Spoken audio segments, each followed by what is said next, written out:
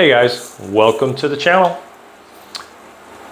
If you're new to rock hounding, this is a good place for you, so am I. I have gotten to rock hounding about 6-7 months ago. And one of the challenges to rock hounding, once you start to get an interest in this and figure out that you like to go look for rocks, is of course understanding what you're looking at, which takes time to read books, go on websites, and watch other people, get an idea of what interesting rocks, interesting minerals and gems look like. But one of the other problems is, where do I go look for rocks? And me and my wife began this together quite by accident. We started wanting to get into metal detecting along the way. So I started watching YouTube videos about metal detecting. And then I found these guys that were doing metal detecting looking for gold. And I'm like, oh, that's kind of interesting. Not to get rich off of it, but I thought to myself, well, that would be kind of cool. It'd be fun. You're out in nature. You might get to find something really cool in the ground. So I started watching those videos. And then along the way, I ran into people that, specifically were rock hounding. And my wife, she was watching the YouTube videos with me, not saying a whole lot, and eventually went out to go do a little prospecting, trying to put to use some of the things that I was learning. I didn't have a metal detector yet, but I figured I'm like, I'll take some samples, smack them with a hammer, grind them up and pan them for fun and see what I find.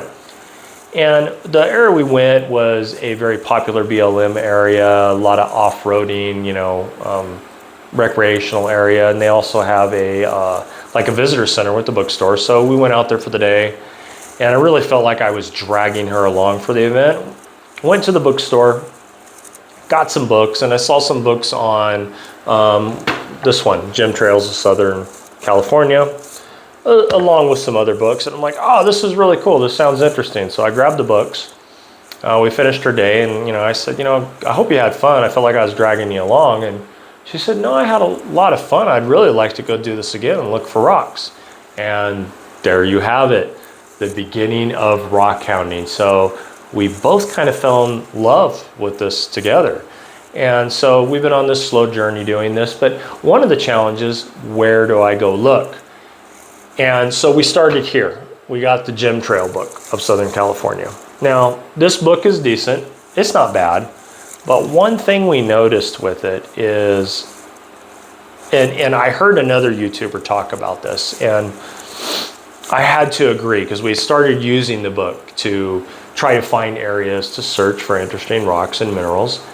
And one thing he pointed out, and I'm like, you're right, was that most of the pictures in here, some of them are color photos of the locations, but a lot of them, I don't know if you guys can see that, they're black and white photos, and none of the photos are showing anybody with any of the material that they're collecting. That's very suspect. And, I thought about that after the fact. I'm like, you know what, you're right. None of the, and look at this one. Granted, I know people have older off-road vehicles, but these are all older pictures. I'm guessing probably 70s, maybe early 80s at the earliest. And the maps really they're not very detailed at all. So you can see the maps. They're not horrible. They'll get you in the general vicinity. But this book was probably revised, I think it said 2003. So there's no GPS coordinates. There's no pictures of recent findings. And these are very popular areas. So a lot of times with these popular areas, you're going to have to work for it. Surface collecting can be more minimal. But anyways, we went on some of our adventures using this as a guide, looking things up on Google Earth, trying to compare what they were showing on the map. So we had a good idea where to go. So we did find some stuff. It wasn't a complete bust, but other areas were. There was one area, it was totally confusing. It just was like, wow, what is this person talking about? So it's frustrating. And if you get frustrated for too long, you're not going to want to keep looking. So along the way, heard another YouTuber, a guy who was a gold prospector, talking about a website called mylandmatters.org. They have different maps in there. One of the maps of interest is called a geological map. So you can click on your state, it gives you a geological map, and it has different colors. And those different colors represent different types of geology. And you can drill down into them, you can open them up for information, and you can get some geological reports. And the geological reports will tell you like the major, the minor, and incidental deposits within the host rocks there. And as I started learning some things about rock, I found that that was very useful because it at least gave me an idea like, well, what I'm interested in looking for, things, minerals that might be associated with it, and things of that nature, like, okay, let's go look there. Now, of course, the other challenge to this is understanding the laws in the state that you live in. We have, you have federal lands, you have state lands, you have local lands, things like that. And what I suggest is do your own research. Look that up. There's plenty of great websites out there that will give you information for the state you live in and talk about the laws in regards to National Park Service, BLM, so on and so forth, so that you don't get yourself into trouble. And obviously private land is obvious. If it's private land, the only way you can, rock hunt or surface collect is to get that owner's permission. But when it comes to public lands, you kind of have to know what you're dealing with. So there are maps on there that will allow you to see land ownership, like who manages that land. And that's very helpful as well. But the big hurdle is, what geology do I look for? So here in just a minute, we're going to go to that website, we're going to open it up, and I'm going to drill down into it, and I can share with you at least something that I have found that has helped.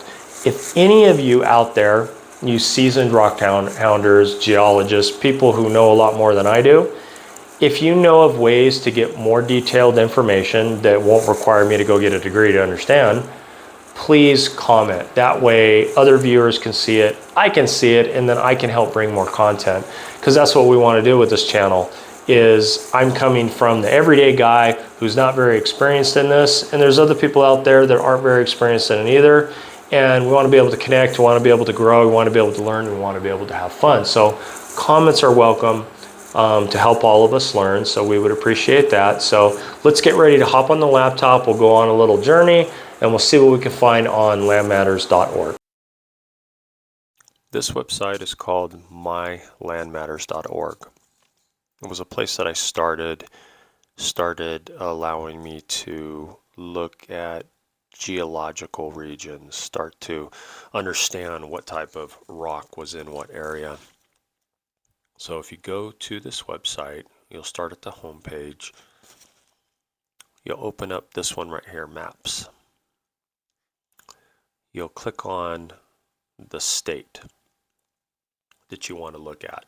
I've already opened California, so I'm not going to do that again. So let's go over to California. And then once you're in California, you can move around the map. It's going to be a zoomed out view of all of California, which is not going to give you a lot of detail. You're just going to see a bunch of colors mixed around the page. But you can use these controls over here on the right for zoom in and zoom out. So if I click on the plus, it'll give me a little plus magnifying glass, and I can left click and hold down on my mouse and draw a square around the region that I want to zoom in on, and it will keep giving me more and more detail until I can start to see these designations pop up. I will also turn on aerial photos. These come on cities and roads by default. As you can see, there's roads, and it starts giving me details so I understand where that I'm at.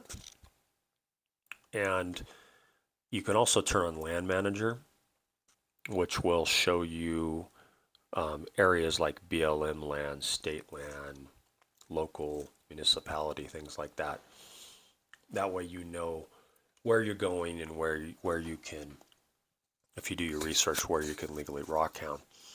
You can also change transparencies by, like on geological units, if we come over here to the right click on it and click on transparency, there'll be a slider, and you can use that slider to increase the opacity or decrease it and make it more transparent. And that's a helpful tool if you're looking at multiple layers on things. Right now, I just have the city roads and the aerial photos. And then later on, I can turn on Land Manager. But if I click on the I for info, and I'm looking at these areas and I say, oh, I want to look around this area. So I click on it. It tells me primary rock type, rhyolite and basalt. I already know some pretty interesting things are associated with rhyolite and basalt. If I click on this for detailed description, it takes me to USGS and it gives me a quick little report. It tells me major, minor, and incidental rocks that are associated with this area that I'm looking at. Basalt, rhyolite, dacite, andesite, trachyte. If I don't know what those things are, I can look them up. But I know that basalt and rhyolite can have interesting things associated with them, so this will give you just a little bit more detail, and then you can look up each one of these things. Now, a really great tool for looking up these things is to go to mindat.org. So I would go to the search bar, type in what I want. In this case, I'm looking for basalt and hit go. Total of 65 pictures. So if I click on this, it's going to bring up a bunch of pictures. And I can start looking at different types of basalt.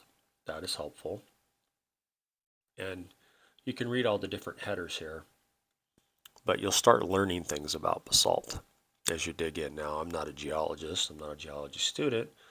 But these things are good to read. You start to get more familiar with what's out in the field. You become better at identifying it, and you start to recognize what you're looking at a lot sooner. I give you the mineralogy components of basalt, and if you don't know what they are, you just click on them, and then you can read more.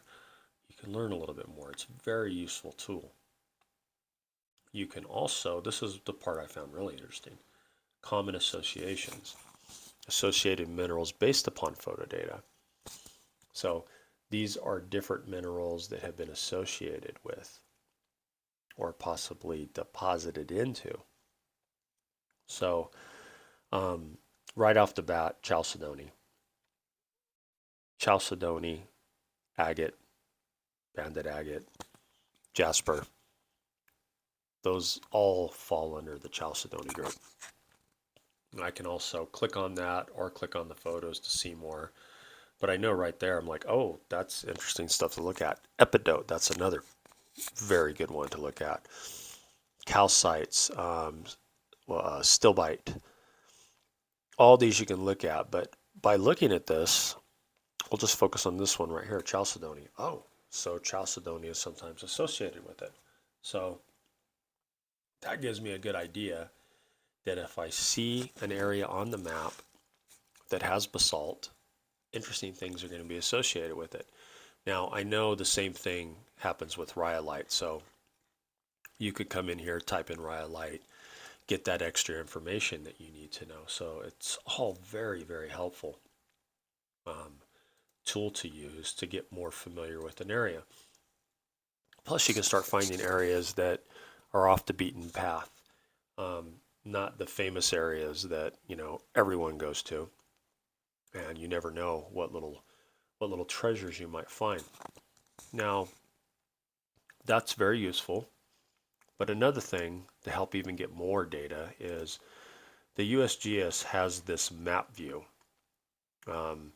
If you go to USGS, I think you can even let's just do a little search here.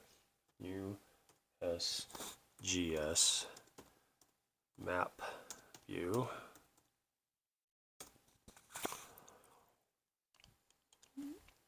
So I think it's this one. Yep. And then bang. This gives you a map, but actually that's not the one I was looking for. Let's go here.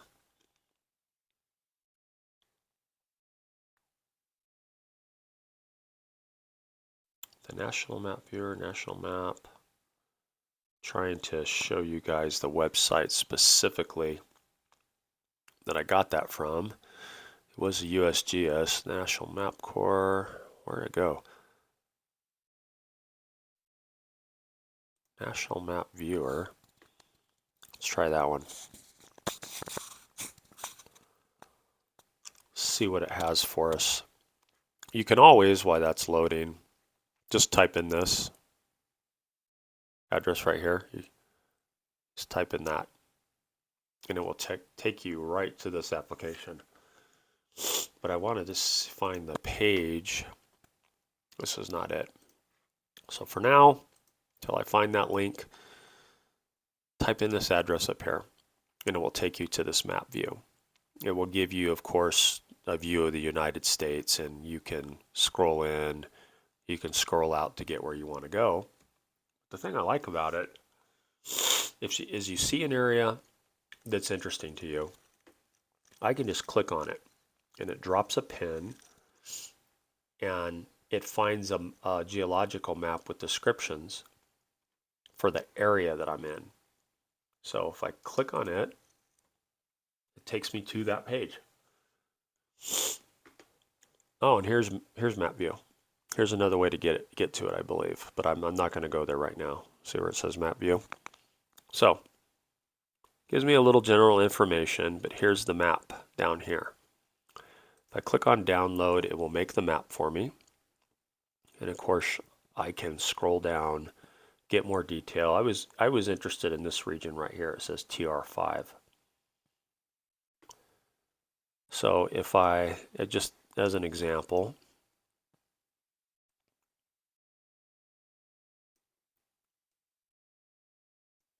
okay, so TR, undivided Ricardo of conglomerate cobble scrabble, sand and sand matrix. But you'll notice there's these different designations. So the one I was looking at was TR5. If I come down to TR5, you'll notice that I have, and it gives this TRV, C, D, and E. Don't know what that means right this minute, but I know what TR5 does. It's telling me it's basalt flows, tells me a little bit about them and what they look like, and it tells me it has abundant vesicles and olivine phenocrysts. Each flow is separated by interbeds of light gray to pink pebbly sand with some calcareous and opal layers. Oh, interesting. Opal layers. And by one tough breccia layer of pumice, rhyolite, and andesite fragments in a tuff matrix. Okay, so I don't have to know a lot, but I know opal's interesting. I know that olivine phenocryst is interesting. So this is just one example. And of course, there's a lot more information here. So if you just start reading through all of this, you can just find something else. You don't even have to find it on the map yet. You can just come over here and read and say, oh, I'm like this one right here. This just jumped out at me. TR7, opal chert, opalized mud. So this is giving you more and more detail. And then, of course, because you clicked on a region you were interested in, you can start to figure out where that is on the map. And then you know where to go. So these are all things that I have been using to zero in on an area of interest. And it might not be an area that's in one of the Gem Trails books or other books that give rockhounding locations. And what I like about that is I'm discovering places on my own of interest to me to go look at. So a little bit off the beaten path. So those are the resources I'm using right now. As time goes on and I learn more, I'll bring those to you guys so you can see what I'm looking at. Last thing I wanted to show you real quick is Land Manager. Now right now in the app, I have the transparency turned down just a little bit so that the colors associated with the geology are a little more transparent, and I'm starting to see the colors of the Land Manager come through. So you see all these different colors going on. We, of course, can zoom in much closer. But if I go to I for information, and I know blue is state-owned lands, but let me just click on it to show you. And we've seen this screen before, but if we open it up, it tells you that this is state lands.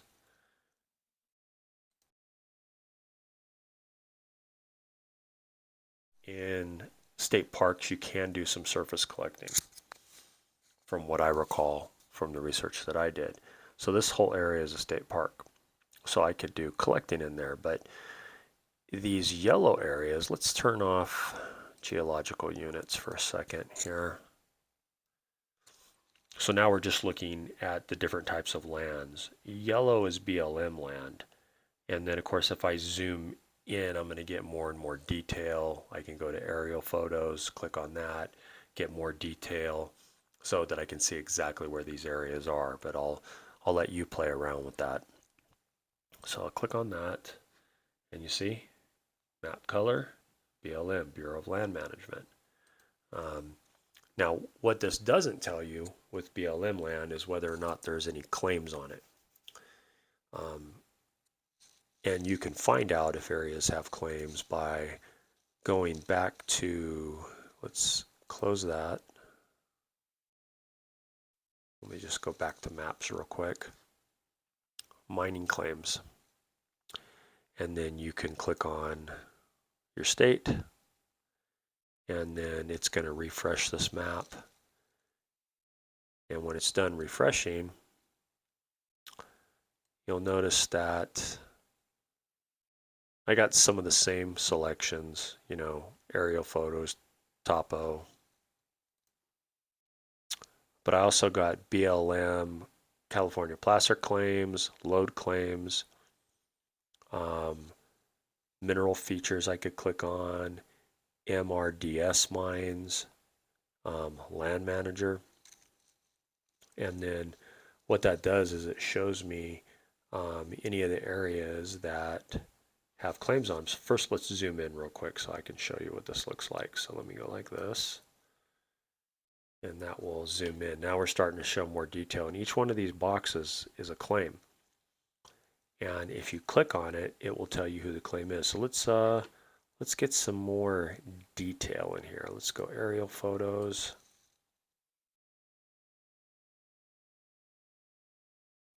And this will, the aerial photos you start to figure out where you are based upon all these roads and things. But let's just say I know I want to be in this area doing some rock collecting. I can also click on info, and I can pick one and click on it, and then I can open this up, and it will tell me, oh, there's two different claims. So there's two 20-acre size claims, and then there's information, assessment year 2021.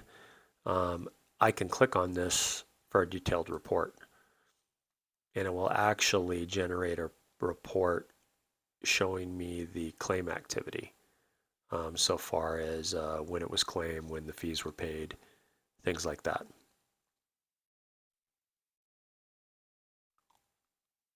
Takes a second to load.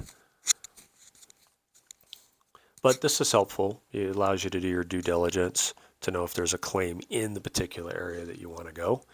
Now, if the claim owners are doing their due diligence, they're also required to put up claim posts marking, you know, their area, and they're also supposed to put something on the claim post with their paperwork in it so that you can pull it open and see that it's an active claim and that it belongs to somebody.